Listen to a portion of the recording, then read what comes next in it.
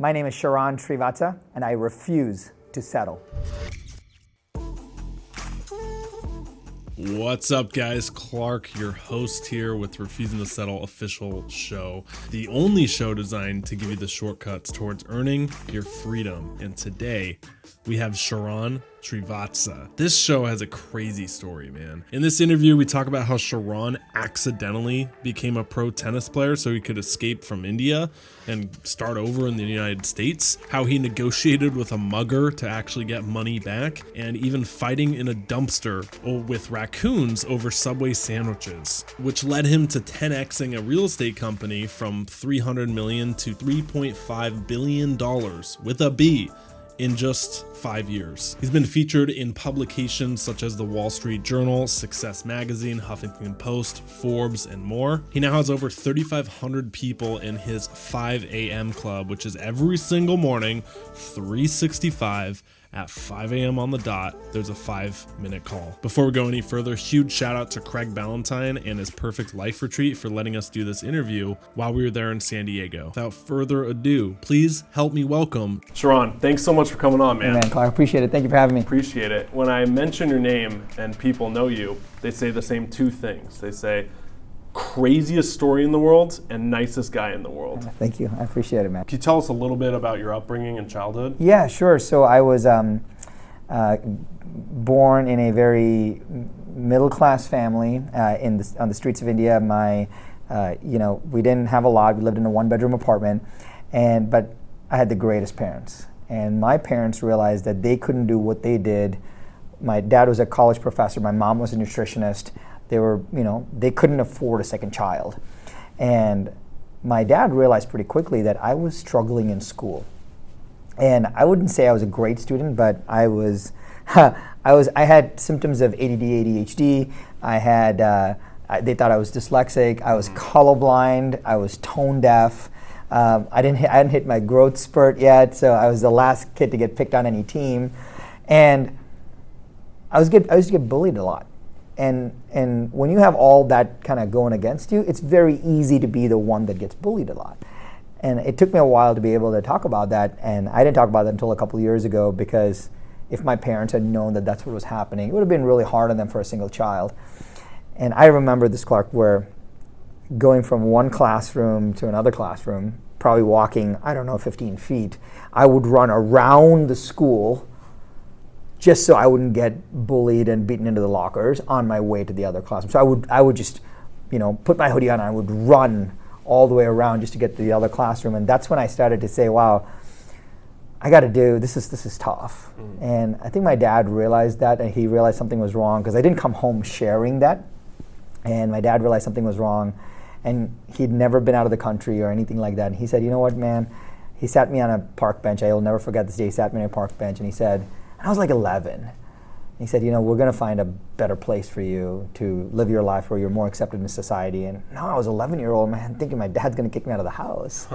But my parents didn't have the money to give me this new life. And so I started playing tennis to see if that would be my ticket out of the country. And my parents, saved everything that they had. At one point, when I was 16, they sold everything that they had to send me to the States. And you weren't good at tennis, though. That's the best part. Like, you weren't naturally athletic. Oh no! I'd never played it before, and so I took lessons. I got better, and so I was good enough, because when you have the singularity of focus on something, when there's nothing else in your life that you're focusing on, you have to focus on that. Right. It gets pretty good, and you naturally get better.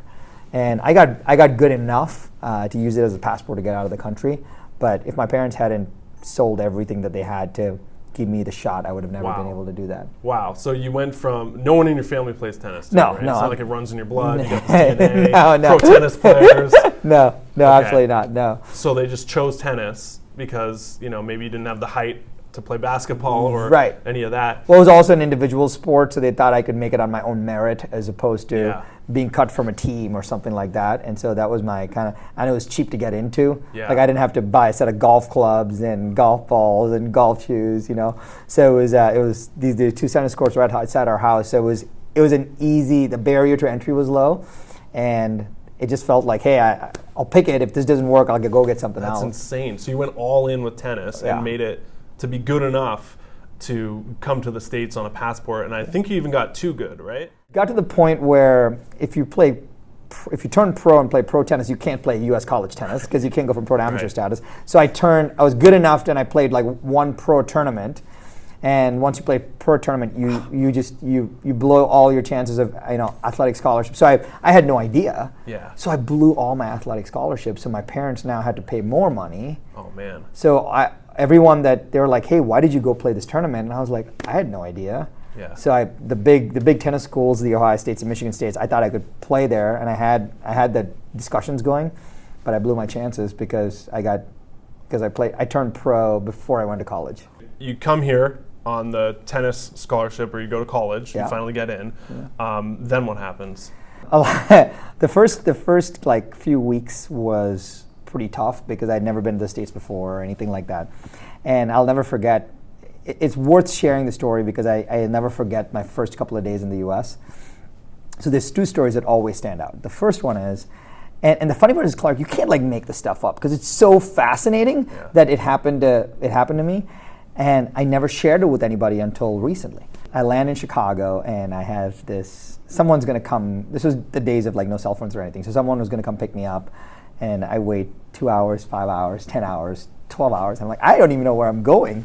And I get paged saying, hey, Sharran, there's a message for you. Pick up a white courtesy phone or something like that. So I pick up this phone. They say, hey, the guy who's going to pick you up, his car broke down. He left a message for you to take a bus to Moline, Illinois. I'm like, where's Moline, Illinois? And so I go try to get on a bus, and I get on a bus, and we go, instead of going 3 hours, I'm in this bus. And I've been in this bus 7, 8, 9 hours. And finally I end up at a bus depot. I'm in La Crosse, Wisconsin, which is like the other side of town. And so this bus driver tells me, he's like, hey, dude, you may want to, go rest for the night before you start your journey again tomorrow back to Moline, Illinois. And so I didn't have a lot of money on me. I had a $100 bill and maybe some change. And so I grab my bags, I get out of the bus into the bus depot, and out of nowhere comes a mugger. And he jumps me with a knife. And I tell him, I said, dude, I don't have anything. So he ransacks through my stuff. And he's like, Sharran, he's like, you're the worst person I've ever mugged. I had nothing. And then finally he's like, it's not possible that you have no money. So I pull my $100 out of the pocket because I knew he was going to get to me. I didn't want to be hurt. Yeah. I handed it to him, and I was like, hey, listen, I tell him my story. I said, I know you don't want to do this.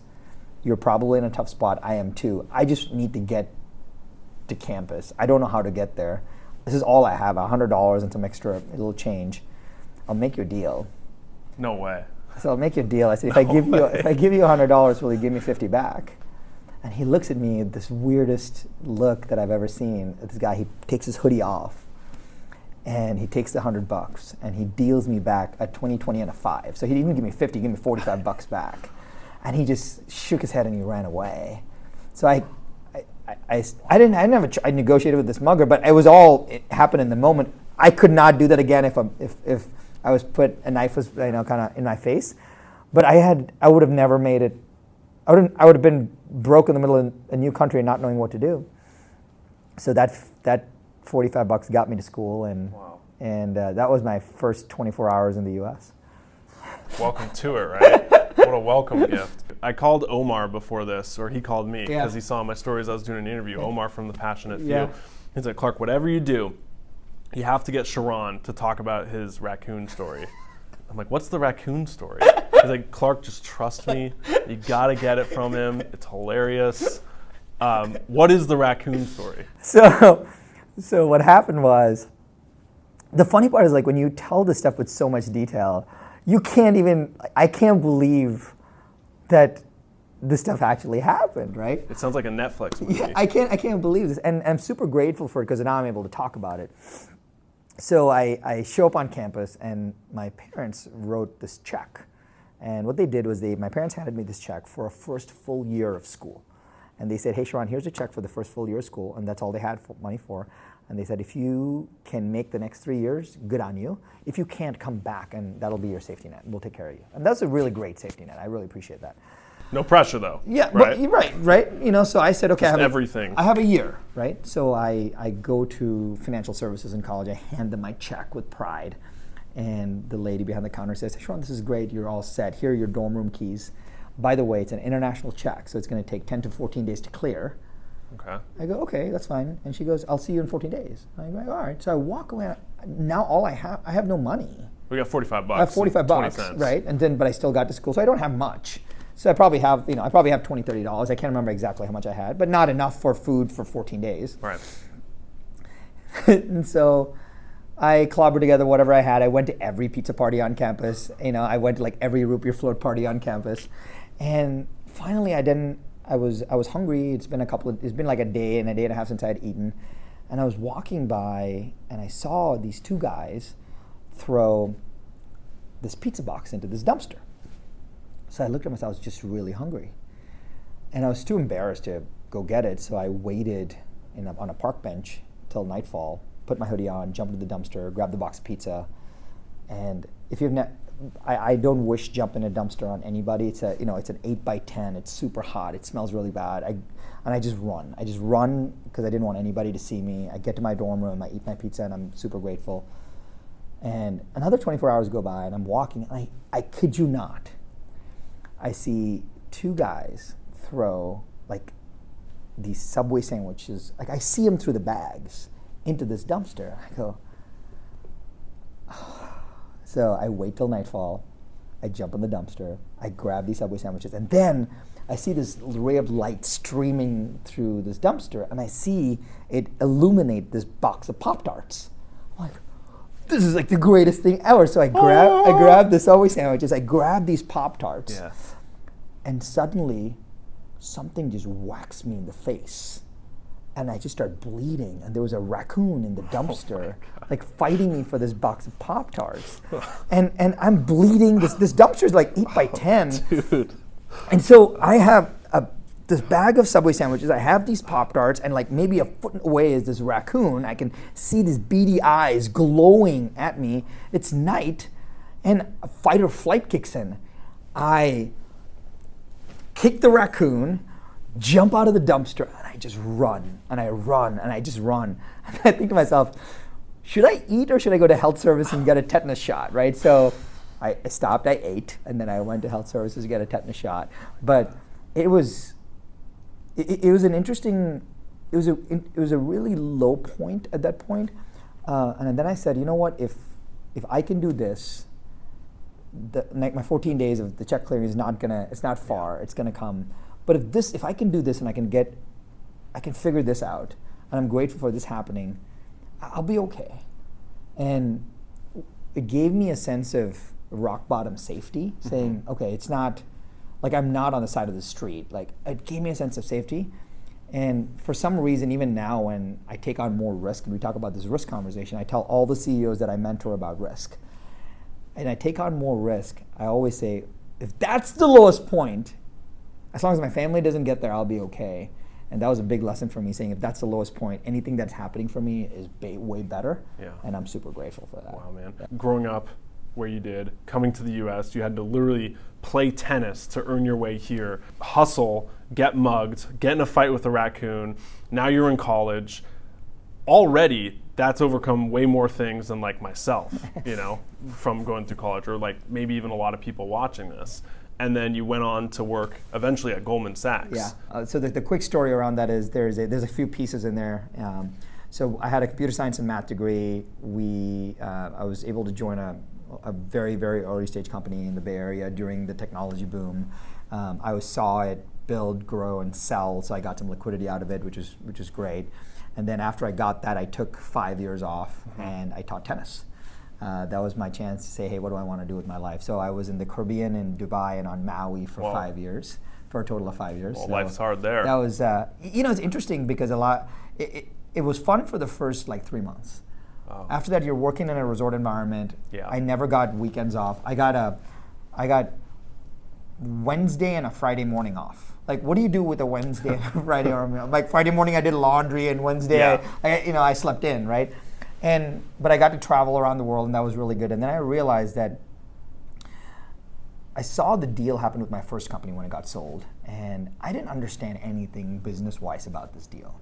I was a software engineer, I wrote code, but I didn't realize, hey, how are stock options worth? How does the valuation work? How do VCs raise capital? How does a business get bought and sold? And I asked one of my mentors, and he's like, hey, listen, the fastest way to get that education is to go to Wall Street. And I said, well, okay, but who's going to hire, why would someone hire me on Wall Street? And he's like, no one will hire you on Wall Street. The only way to get there is to go to business school. So the way to switch lanes was I went to business school. I went to business school at Vanderbilt, great school in the South. And then I took 39 one-on-one interviews to get a job at Goldman Sachs. So it was 39 one-on-one, face-to-face interviews to get this job around the country. And how many people were competing with you to get that job? So in the entire country, we only had 30 MBAs. Wow. So they're probably 200,000 MBAs graduated. I'm making up this number, I don't know. So in my graduating class, I was the only one that got it. Wow. And we got this. So I got 39 interviews? 39 one-on-one scheduled interviews. This is not including group interviews, phone calls, coffee meetings, nothing. So what did they ask you in all these different interviews? It was probably some of the hardest questions ever. So I'll give you a sample question. I'll never, one of the questions was, hey Sharran, what is the best piece of advice you've ever received? And equate that to the performance of the equity markets. That's crazy. Yeah. That's crazy. And I'm already thinking, what is the best piece of advice? Now I got to figure out how the equity markets work. Yeah. It's tough. And what they wanted to see was not they wanted to just see how I handled a question like that, right? And the training program, they teach you all of that, because when you talk to a CEO of GE, he can ask you or she can ask you anything. Yeah. And you got to be able to structurally deliver a great answer. So that was a great learning environment for me. That's why you're so good at speaking. I can answer any question on any topic without being full of crap, because you're just okay, how do I relate this experience to that experience? It gives you, I think what it does, it gives you confidence and swagger. And when you can provide the kindness, the confidence, and the swagger, people just feel comfortable in your presence, right? Sure. So you can be a better advisor that way. Sure. So when I got to Goldman, it was I'll never forget this. On day one, they hand me a BlackBerry, a no-limit Amex corporate card, and a headset. And I asked my managing partner, I said, I understand the BlackBerry, I understand the no-limit Amex card. I'm in 6 months of training. I'm not going to talk to a client for 6 months. Why are you handing me this headset? And he said to me, put it on and make it feel like a part of your body. Don't even plug it in. Clark, I came in every single day. I put my jacket up. I put my headset on. I didn't even plug it in. And I got so used to that being an appendage, a part of my body, that it became so easy for me when I got on the phone, et cetera. It was so natural. So people would say, oh, the phone's heavy, right? That they say you don't want to make the calls. And it became, even now when I get to the office, I hang up my coat or jacket or whatever, I put my headset on. Every single day, I can't work unless I put my headset on. So it's I put my headset on every single day. Is that why you're so good on stage? That's kind of a headset, It's a headset. Right? It flips. Is it really? Yeah, it totally flips me. Wish we had one here right now. No. My wife will make, I'll give you a funny story. My wife will make fun of me. I remember this Friday very well.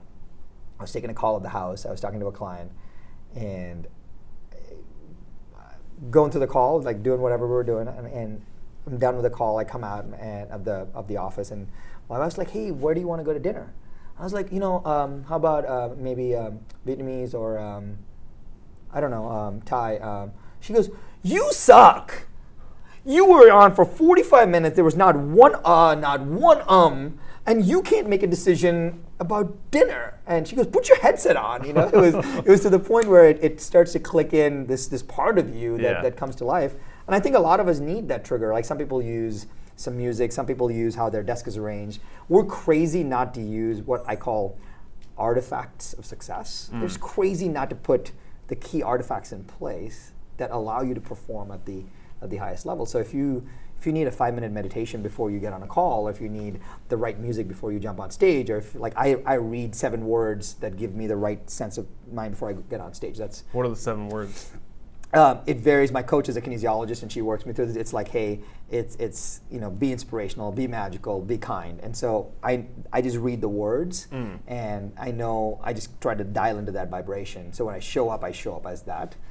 So it's not about me being on stage. It's about me being there as a vehicle to deliver a result, and that helps a lot. And over time, those words change because you change. And that I thought that was super important too. That's so true, man, because we do a lot of YouTube content. We have 400, 500 videos, and I work with a lot of YouTubers as well. And one of the best tips that I started doing before content He's like, Clark, write your titles down the night before. Yeah. And then I'm like, what? Oh, okay, I'll write the titles down. Something happens when you write it down, you sleep on it, you wake up, it just aligns everything. Totally. So it's similar with the 7 words. Yeah. What else have you seen? Because this is something I wanted to ask you about. You know, I see you on stage. You got all this energy. You're very good. You're articulate. You're speaking well, with or without a headset. Even now, what are some of the things you do to get in that state? I'm obsessed with that, like that laser-like mental clarity. Do you have any rituals or habits or stuff you found that works? I have to have done that presentation in my head before I show up on stage. There's no way I'm good enough where I know my content well enough that I can come in and deliver. But last night I just closed my eyes and it seems hokey, but I visualized my video going up, my intro happening. I visualized me like jogging, jumping on stage. I visualized what the first thing that I'm going to say. I visualized where my breaks were. I visualized the entire presentation. I visualized the standing ovation. I visualized how I would feel. I visualized the entire process. Yeah. Because then when I'm actually there, I've done it. It's the second time. So I'm comfortable saying that the same. I'm just watching, and it's not long, Clark. Like I can do that whole process in like 10 minutes. Yeah. I go through the whole process in 10 minutes. Yeah, and if you flip it, right, into what we do day to day. How we live our lives is how we do one thing is generally how you do most things, right? Correct. But I live my life that way, not for any other reason that it just helps me reduce anxiety significantly. It's not like, oh, Sharran's like really disciplined. No, like I do it as a coping mechanism. Like that's what this is. So every night before I go to bed, I know exactly what I'm doing the next day. And so right before I go to bed, this is my last bedtime ritual. I set my alarm, I close my eyes, and I visualize myself falling asleep, waking up to my alarm the next morning, no snooze, get out of bed, put my workout clothes on, run downstairs, get on my 5 a.m. call, get in my car, garage door opens, pull out. I watch all of that, and then I just run through like the morning till I take my kids to school. I just run through that. So the morning when my alarm goes off, it's like I do this, I've already done it. And so I don't have to make those choices again, and it's so much easier because people are like, it's Wednesday, I'm just going to sleep in today. No, I've already done it, right? And so if I want to, my number one tip for myself is for me to cope and do well is I just visualize. And so if I have something big that I need to do, I just run through it once so that I do it better the next time. That's one. The second is, I don't mean to interrupt you, but that is something everyone's been talking about is visualization. I hear this pattern everywhere, and I'm so glad you brought it up because it's scientifically proven too, right? Where they have, you might know, but the study where the pitchers were visualizing the pitch and then their accuracy went up with it, or basketball players with the basket and then it goes up, actual rehearsing in your head. Yeah. And then another thing is, I feel when I was listening to you just talk about visualization, most people visualize things going wrong. And they're afraid. They talk about how they're anxious all day, or like they're depressed, or like they can't get anything done, or whatever. But it's like, the script you're playing in your head is not the positive one like Sharran's doing before he gets on stage and hypes himself up, or the garage door. It's like this negative loop of, it's just going to go wrong, and so that becomes the life. Totally, and I think the reason for that is no one has shown us how to get the negative stuff out. So Omar will tell you this. I tell all my clients I mentor, fear has no place on paper, right? If we are afraid, if we are nervous, if we have anxiety about something, I just tell. Even for me, I just write. There are times when I'll be driving, I'm so anxious or nervous about something, I'll pull over at a Starbucks and I just write. I just write, because once you get it out, it has no place. It's not typing, it is writing. There's some kind of neurophysical connection to that. And as soon as it's out on paper, you can process better, you can organize it better. It's not as challenging to you. No one has told us, I don't know how else to process this stuff. And the higher stakes game we play, the world's just getting more and more complex. Like, we are crazy not to agree to that. It's 10 years ago we just had email and an answering machine, right? Now we have voicemail, text message. Like, we have so many things coming at us. The world's just getting more and more complex. And if we don't have a framework of coping, a framework of actually managing, it's just very hard. And I'd say it forces us to learn to subdue the noise. And the faster we can just get the noise down, the more we can do more. So I also don't think you can just do visualization as a one-off, because you're just not good at it, right? Like I'm good at it now for myself because I do it every day. The other thing from a state-based thing on stage is for any speaker, and you do this on YouTube, but any speaker, if you are on stage, please, like a speaker tip right now, right? Do not let anybody introduce you. And don't let that be the introduction. Like you will see on every single one that I do, I will have the introduction happen and they will turn and say roll video. Because I need my audience to get framed the way I want them to get framed, to get them in the state that I want them to be in that state. And it's super important that we need to get, like just put the 90-second sizzle reels together, like my sizzle reel 45 seconds. They should just roll, they do their introduction, audience is like, cool, they roll the video and then you walk up. Now you and them are in state. Yeah. Like there's some kind of synchrony, there's some kind of alignment. The greatest thing that I've done, like there is no presentation that I will show up without my video not playing. Yeah. And that changed like a small thing changes everything for me, because energy-wise, they align and you align, and you're like, yeah, I feel good now. Yeah, that's a great tip as well. I heard another speaker talking about it. It might have even been Tony Robbins said something similar, like the most important thing of a whole speech is the 10 seconds before you go up of how they bring you up. Yeah. It's your intro. Well, and if you've been in any Tony's presentations, he won't even come on until he believes that everyone's in state. Like he won't even come on. Oh. So like the band in the back. Waiting for the encore. Everything is cranking, everyone's jumping. Then Tony comes on. And then he goes, whoa, and then he does his thing, but everyone's in state. And so whatever he says, he can go right into your subconscious. Yeah. It's super powerful. What was the second thing you were going to say? I didn't mean to cut you off there. No, the second thing is, for a lot of people, structure is really powerful. Most people, when they're in a presentation, I can get in state, but I want them to, I don't know where they are in the curve. So I always want to make sure that I have a very simple beginning, middle, and end. And I always try to launch with a story, and so it creates some vulnerability. And I always try to end with a story because it creates some vulnerability. And then the middle, I just go very simply with a why, what, how framework. Hey, why am I here? Why are we doing this? What are the process? Let me show you how, and let me show you how to kick off the first domino. And by the way, here's how I feel about all of it. It's the same structure: story, why, what, how, first domino, story. Yeah. And then the story wraps everything back together. And even if they have been in and out of where I am, I'll catch them back at some point, because there's no way someone's paying attention to this entire. It's super hard, right? Yeah. So I want to give them multiple invitations to come back into my presentation, and every time I just let them back in, and I can keep them with me through the process. Got it. Yeah. Switching gears a little bit, there's a lot of people watching this interview who want to start a business. Maybe they have a business. They're not sure if they have a business. They're just posting content. They're like, what do I do with this? What's your core advice to somebody in the first 12 months of trying to do a business for themselves? Yeah, so 3 things. The first one is singularity of focus. Singularity of focus is the most important thing when launching anything, because focus is more important than intelligence.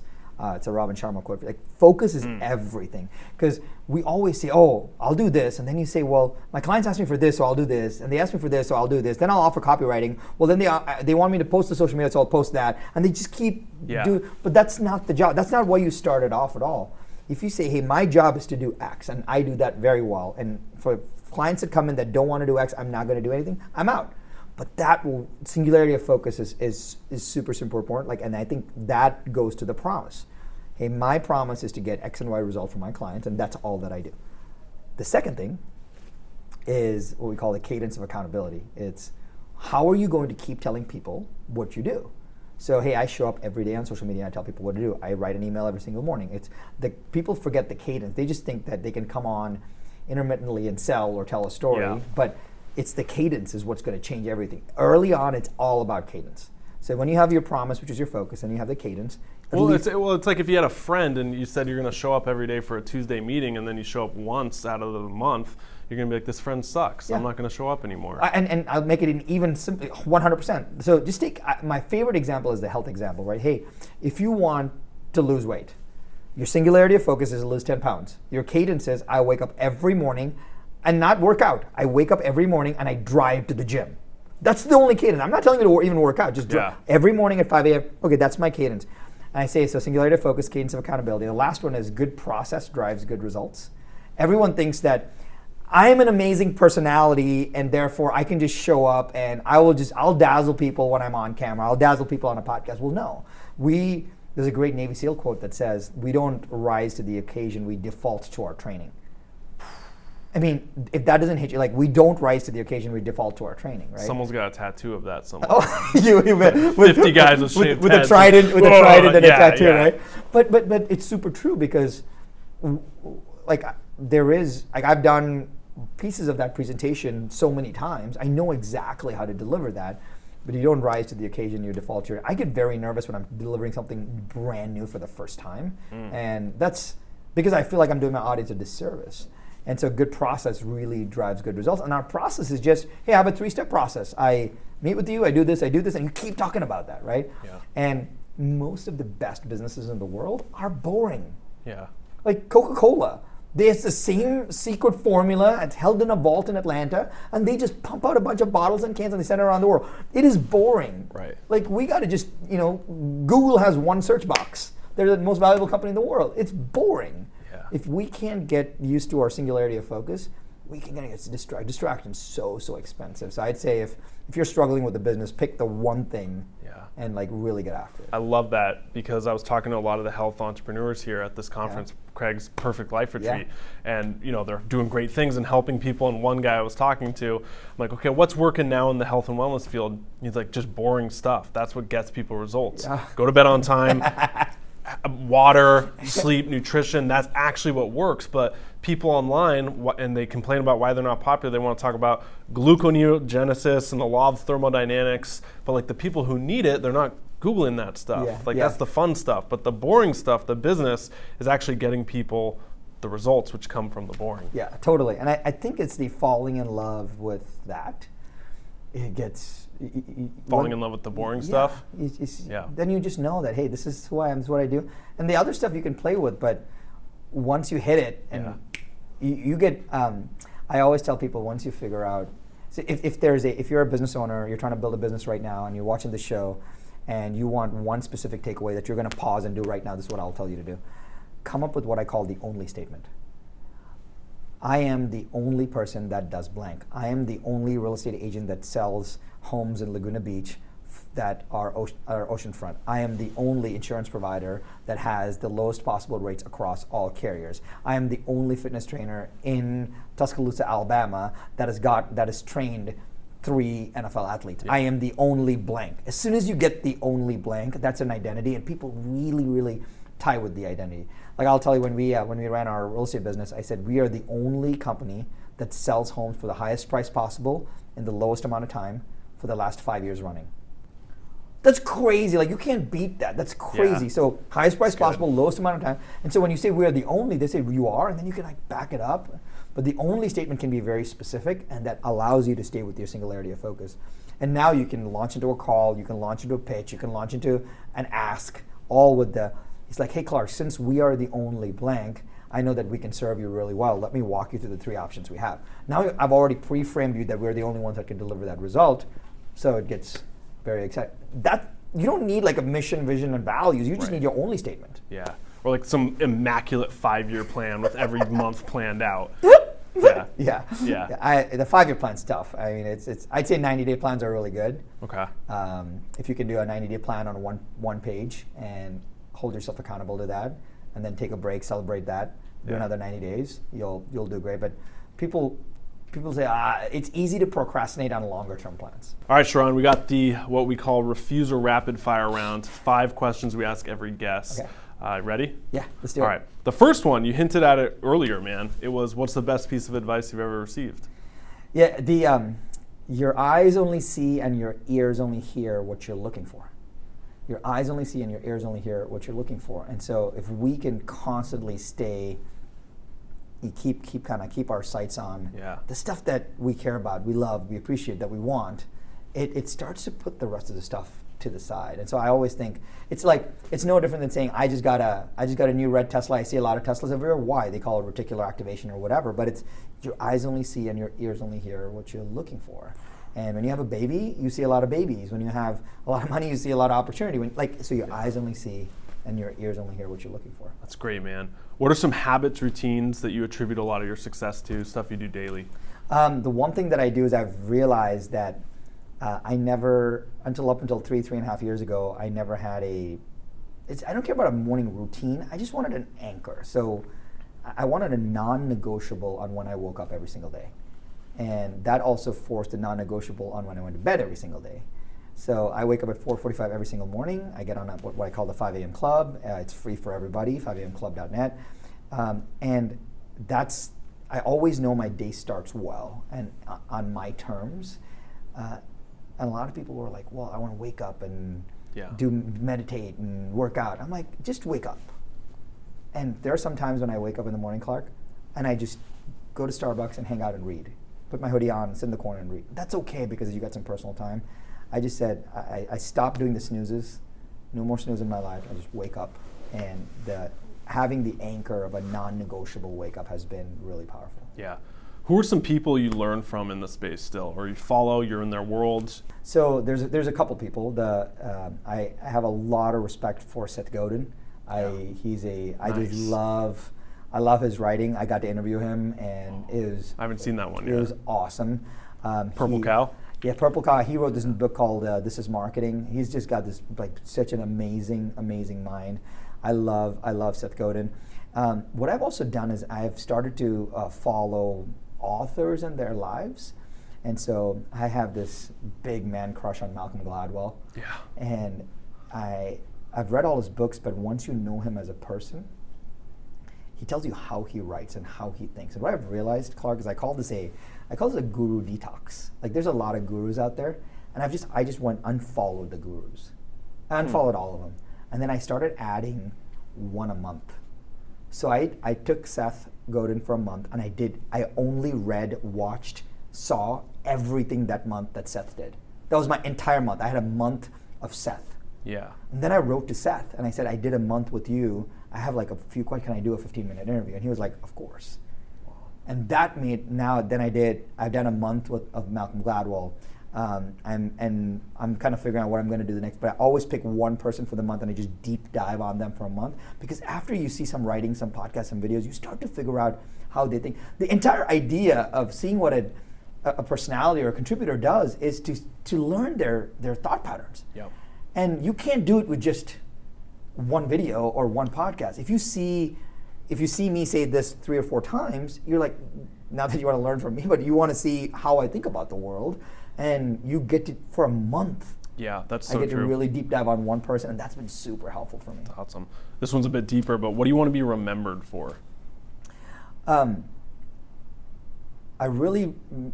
think a lot about this. I want to be remembered for being a great dad, and because I think one of the deepest gifts that we can give is give our children a life to go be the next kind of, to create great things in this world. I wouldn't say that my time is done. I think that all that I have learned, if I could go back 25 years, I might have a better shot at changing the world, but I believe that my son who's 8 and my daughter who's 3.5 have their whole lives ahead of them. And I wanna give them a great platform where they can show up and just be great, kind, and contributing kids. And I have control over that. And so that I think about how I can be a better dad every day. Sharran, killed it, man. Thank you so much for coming on. We'll have all your stuff linked below. Appreciate it, man. Crushed the talk, and it was great to connect. Absolutely. Thank you for having me. Thank you. Crazy story or what?